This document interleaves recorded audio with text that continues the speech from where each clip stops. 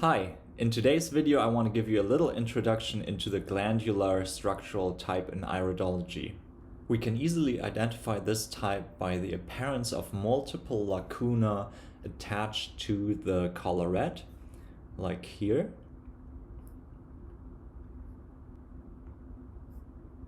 And indicate a genetically inherited weakness and thus a potential disturbance in their function.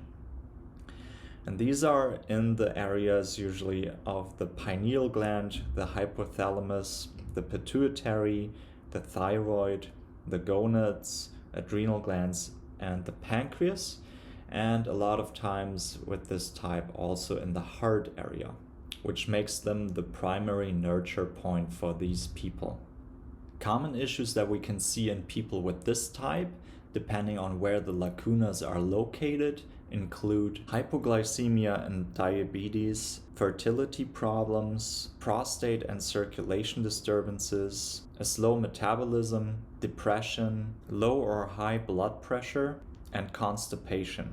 Usually these people are very emotional, spontaneous, sociable, and creative people. Because of gonadal disturbances, men with this type might be physically and psychologically more feminine, and women with this type might be more masculine. They make great musicians, entertainers, and artists, and usually show very good practical skills. On the other hand, they tend to overdo things and can end up burning out easily, which makes it very important for them to take proper time to rest and recognize their limits.